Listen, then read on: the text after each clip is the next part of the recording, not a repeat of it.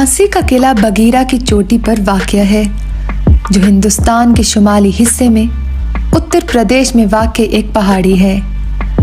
ये 17वीं सदी की तामीराती यादगार है, जिसकी शाही तामीर हुई है, जिसके बाद बरतानवी ईस्ट इंडिया कंपनी के खिलाफ आज़ादी की पहली जंग में बड़े पैमाने पर तबाही हुई थी।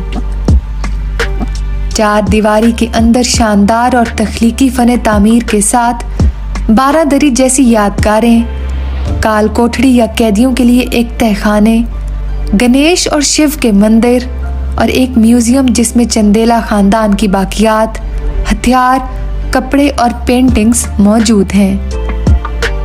गलियां बाजारों और मंदिरों से भरी पड़ी हैं। यहाँ एक जंगी यादगार भी है जिसमें शोहदा को खराजी अकीदत पेश किया गया है और रानी लक्ष्मीबाई पार्क जद्दोजहद आज़ादी में इनके शानदार किरदार की याद में बनाया गया है। ये किला 15 एकड़ के वसी रकबे पर खड़ा है। हिंदुस्तान में किलों के फन तामीर का शुमाली अंदाज जनूबी तर्ज से मुख्तलिफ है। केरला के बेकल किले की तरह मुल्क के जनूबी हिस्से में किले आमतौर पर समंदरी तहों से बनाए गए थे।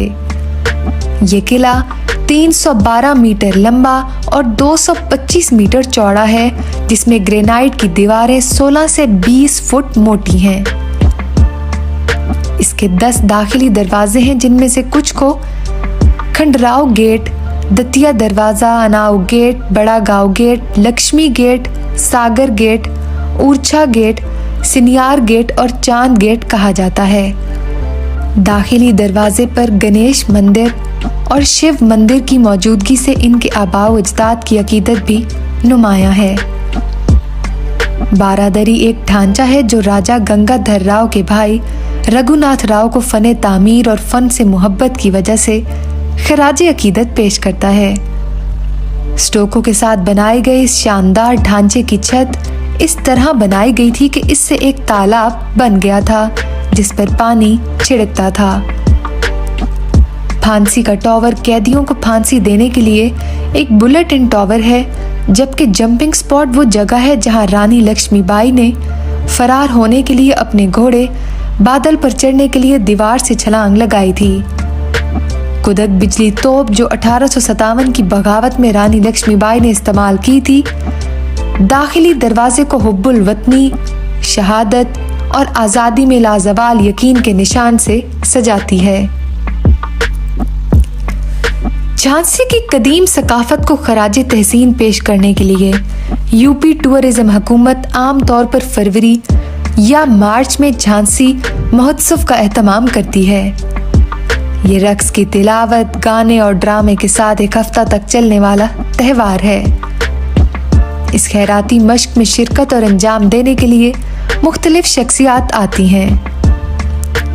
यहाँ वर्कशॉप्स और सेमिनार्स भी हैं जो इसकी तारीख को सकाफती खराज अकीदत पेश करते हैं। इसके 7.3 किलोमीटर के तवाफ में किले के आसपास का इलाका बहुत से पुरकशिश मुकामात का घर है।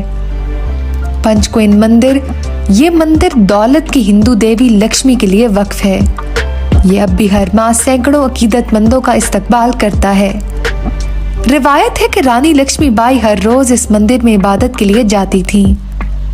सिटी चर्च मजहबी यादगारें हिंदुस्तानी सकाफत के तनों को जिंदा करती हैं और सिटी चर्च यकीनी तौर पर इसकी एक झलक है। रानी महल ऊर्छा फोर्ट कॉम्प्लेक्स रानी महल को बंदरगाह करता है, जो झांसी की मलका रानी लक्ष्मीबाई की याद को ताज़ा करता है। इसके सोने के कमरे की 4 दीवारी पर रामायण जैसे सहीफों की तस्वीर कशी की गई थी। भगवान विष्णु के दिशावतार की सजावट ये भी बताती है कि वो एक नज्म ज़ब्त की परिसितार थीं।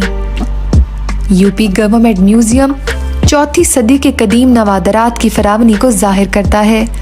बुनियादी तौर पर यह हथियारों, कपड़ों और बावर्ची खाने के बर्तनों का एक हथियार है, जिसे चंदेला खानदान ने इस्तेमाल किया था। कुछ नवादरात 11वीं सदी तक के मुजस्समे और इस वक्त के बादशाहों और मलका के आसार के साथ हैं। म्यूजियम हर महीने के पीर और दूसरे हफ्ते को बंद रहता है। दीगर मकामात मशहूर में अस्कून मंदिर, जंगी यादगार, गायत्री मंदिर, मुरली मनोहर मंदिर, शंकर मंदिर, महालक्ष्मी मंदिर, मेहंदी बाग मंदिर और सत्यानारायण मंदिर झांसी में देखने के लिए कुछ और मुकामात हैं। झांसी के किले की तामीर 1613 में बंडेला राजपूत सरदार और ऊर्छा वीर सिंह जोदेव बंडेला की सल्तनत के हुक्मरान से मंसूब है। ये बंडेला के मजबूत गढ़ों में से एक है। 1728 में मोहम्मद खान बंगश ने महाराजा चित्रसाल पर हमला किया। पेशवा बाजीराव ने महाराजा चित्रसाल को मुगल फौज को शिकस्त देने में मदद की। तशक्कुर के तौर पर महाराजा चित्रसाल ने अपनी रियासत का एक हिस्सा पेशवा बाजीराव को पेश किया, जिसमें झांसी भी शामिल थी। 1742 में नारो शंकर को झांसी का सूबेदार बनाया गया।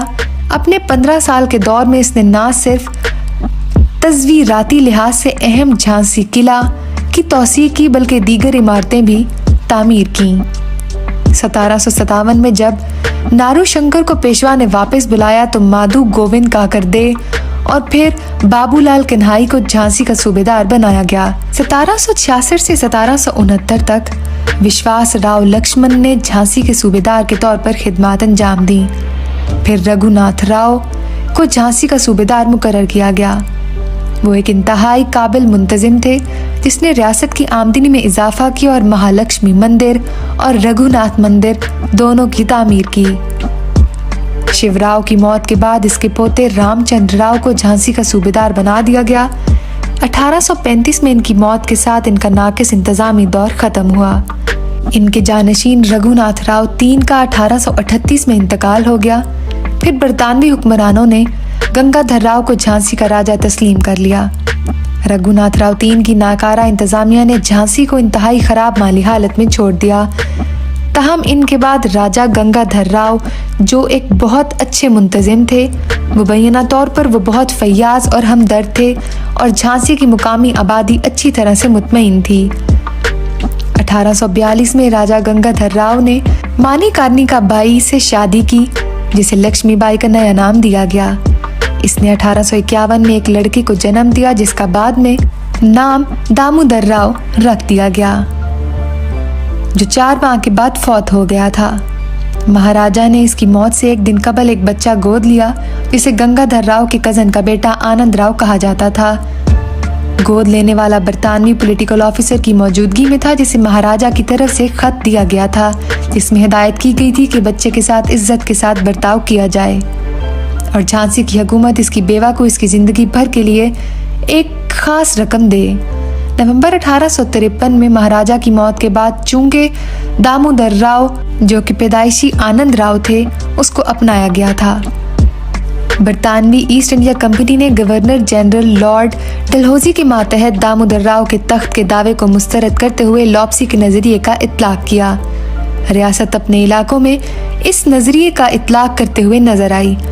मार्च 1854 में लक्ष्मीबाई को रुपए सालाना पेंशन दी गई। 60,000 और महल और किला छोड़ने का हुक्म दिया गया।